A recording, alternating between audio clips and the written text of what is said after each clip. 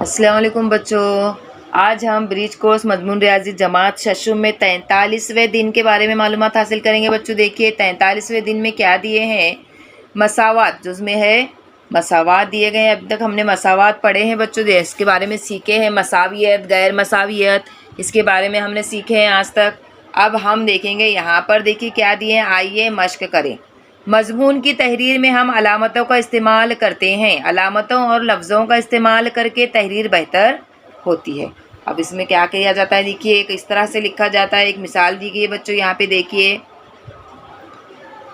4 जमा 5 बराबर 9 मसावियत है। 4 और 5 9 और बराबर के इधर भी 9 यानी मसावियत की अलामत है ना। 5 जमा 4 9 बराबर 9 मसावियत है यहाँ पर भी। अब यहाँ पे ये दोनों भी सेम नज़र आ रहे हैं, क्या अलग नज़र आ रहा है ज़रा बताइए बच्चों।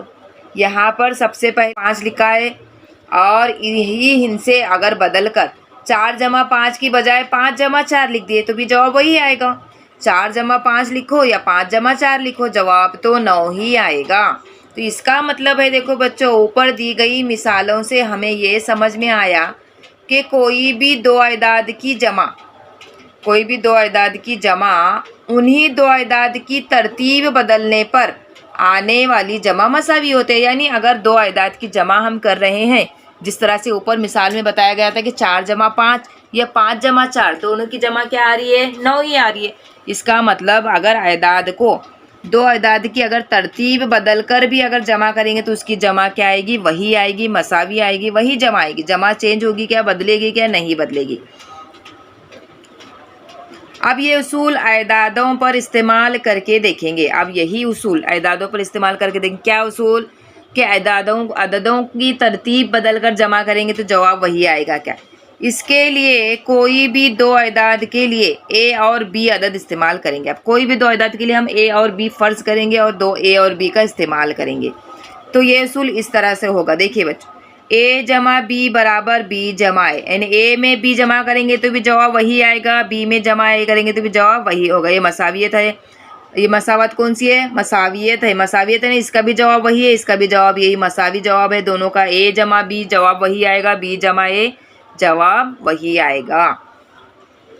कोई भी दो अदादों का ज़र्ब और उन्हीं अददों की तरतीब बदल कर किया गया ज़र्ब मसावी होते। जिस तरह से जमा किए बच्चों हमने दो अददों का तरतीब बदल कर, इसी तरह से अगर कोई भी दो अददों का ज़र्ब उन्हीं अददों की तरतीब बदल कर, जिस तरह से उसकी तरतीब बदल कर ज़र्ब करेंगे तो भी जवाब क्या आएगा, उसका मसावी आएगा। कुछ मिसालें हल करके देखो और अददों का इस्तेमाल करके लिखो। आजमाइशी सवालात है बच्चों। यहाँ पर देखिए, किसी भी अदद में सिफर जमा करें तो हासिल जमा वही आता है। याद रखेंगे बच्चों, किसी भी अदद में अगर सिफर जमा करेंगे तो हासिल जमा सिफर ही आता है। और किसी दो अददों का हासिल ज़र्ब तरतीब बदल कर, अब किसी दो अददों का हासिल ज़र्ब तरतीब बदल कर करेंगे तो हासिल ज़र्ब वही आएगा। और एक बात, किसी अदद को सिफर का हासिल ज़र्ब सिफर ही आता है। जैसा यहाँ पर कोई भी बड़े से बड़ा अदद हो, उसको अगर सिफर से ज़र्ब करेंगे तो जवाब सिफर ही आएगा। जवाब क्या आएगा, सिफर ही आएगा। अगर किसी भी अदद को सिफर से ज़र्ब करेंगे आप तो जवाब सिफर ही आएगा। देखिए यहाँ पर, अब यहाँ बी तकसीम एक बी, ये भी हो जाएगा। इस तरह से किसी भी अदद को सिफर का हासिल ज़र्ब सिफर ही आता है। याद रखेंगे, किसी अदद का हासिल ज़र्ब और तरतीब बदल कर इन अददों का हासिल ज़र्ब मसावी आता है।